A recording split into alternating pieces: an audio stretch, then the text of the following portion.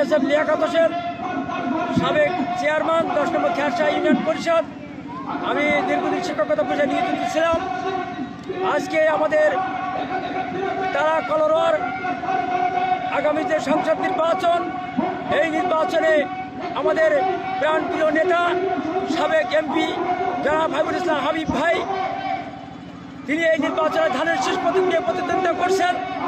আমরা যারা আছি, আমরা সকলে মিলে, আমরা দল মত নির্বিশেষে আমরা সবাই তার সমর্থন দিয়ে তার নির্বাচনী পরিচালনা চালাচ্ছি। আমরা যে পরিচালনা চালাচ্ছি তার কারণ হচ্ছে, বিগত দিনে আমরা দেখেছি যে এই ইউনিয়নে আমরা যে কাজ তিনি করেছেন সে তার সাথে তুলনা হয় না। আমরা এই প্রত্যন্ত অঞ্চল তারা গুজরাট থেকে 18 মাইল ডিস্টেন্স আমাদের এই ইউনিয়ন। আমরা এখানে দেখেছি যে কেউ এখানে কাজ করে নাই। আমরা আমাদের রাজাপুর, যেখানে মানুষ গরুর গাড়িতে এসে যেতে হতো, যে রাস্তা দিয়ে আমাদের গামছা পরে আমাদের খাল পার হতে হতো, সেই জায়গায় তিনি পিছিয়ে রাস্তা করে দিয়েছিলেন।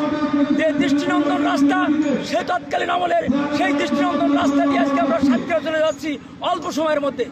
আমরা দেখেছি যে রাজাপুর, যেখানে হিন্দু অধ্যুষিত এলাকায় 2টি ওয়ার্ড আছে, 1 নম্বর এবং 2 নম্বর, 8টি গ্রাম। এই 8টি গ্রামে ছিল অবহেলিত। সেই অবহেলিত এলাকায় তাদের যাতায়াতের একমাত্র পথ ছিল আমাদের যে মহিষাডাঙ্গার সাথে সংযোগ যে ব্রিজ, এখন যেটা ব্রিজ হয়েছে, সেখানে নদী পার হতে আমাদের নৌকা দিয়ে। তাই সেইখানে হাবিব ভাই সেই বিষয়টি উপলব্ধি করে এবং আমাদের দাবির প্রেক্ষিতে সেদিন সেইখানে তিনি একটা ব্রিজ করে দিয়েছিলেন। যে ব্রিজ দিয়ে আজকে আমরা রাজাপুর ব্রিজ দিয়ে আমরা এই প্রত্যন্ত অঞ্চলের মানুষ আমরা সুন্দরবন পর্যন্ত যেতে পারি, আমরা সাতক্ষীরা যেতে পারি, আমরা আশাশুনি যেতে পারি।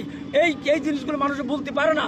তাই তাছাড়া আমরা দেখেছি আমাদের যে তালাব থেকে উপজেলা সদরের থেকে আমাদের খেরসা ইউনিয়নের কোনো সংযোগ নাই। রাস্তাঘাট ছিল বর্ষার সময় কাদার সাগর পাড়ি দিয়ে যেতে হতো, শুকনো মৌসুমে দুলার সাগর পাড়ি দিতে হতো। সেই রাস্তা উনি ম্যান্ডেট দিয়েছিলেন যে আমি যদি ক্ষমতায় যেতে পারি, আমি যদি এমপি আমার করেন, আমি আপনাদের আগামীতে এই রাস্তা আমি তালাব থেকে একেবারে খেরসা ইউনিয়ন পর্যন্ত আমি রাস্তা করে দেবো। তিনি সেই পিসি রাস্তা করেছেন। তাই আজকে আমরা আজকে ধন্যবাদ জানাই হাবিবুল ইসলাম হাবিব ভাইকে। আমরা দল মত নির্বিশেষে আমাদের সকলে সম্মিলিতভাবে আমরা আজকে তাকে আমাদের এই খেরসা ইউনিয়ন থেকে আমরা খেরসা ইউনিয়ন থেকে আমরা ব্যাপক ভোট দিয়ে তাকে জয়যুক্ত করব আমরা আশা রাখি। এবং আমরা সাথে সাথে কিছু দাবি আমাদের আছে, যে দাবিগুলো আমাদের কলাগাছির রাস্তা, যেটা অবহেলিত বিগত সরকারের আমলে 17টি বছর যে রাস্তাগুলো হয়নি, রাস্তা অবহেলিত। আমাদের রাজাপুর রাস্তা অবহেলিত, আমাদের মোড়াকাছা, হরিয়ানগর, শাহপুর, ডুংরিয়া, বালিয়া, খেরসা সব মিলিতভাবে এই এলাকা অবহেলিত। সেই কাজ, অসমাপ্ত কাজগুলো আমরা সমাপ্ত করবে বলে আমরা দাবি রেখেছি।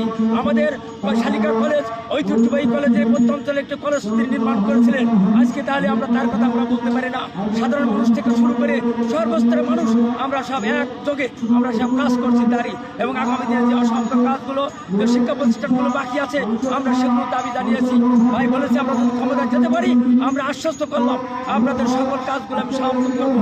এবং সাথে সাথে একটা নিরাপত্তাজনিত কারণ আছে, সেটাও তিনি বলেছেন যে এই তারা করার মানুষ যাতে নিরাপদে থাকতে পারে, সেজন্য তিনি ম্যান্ডেট দিয়েছেন।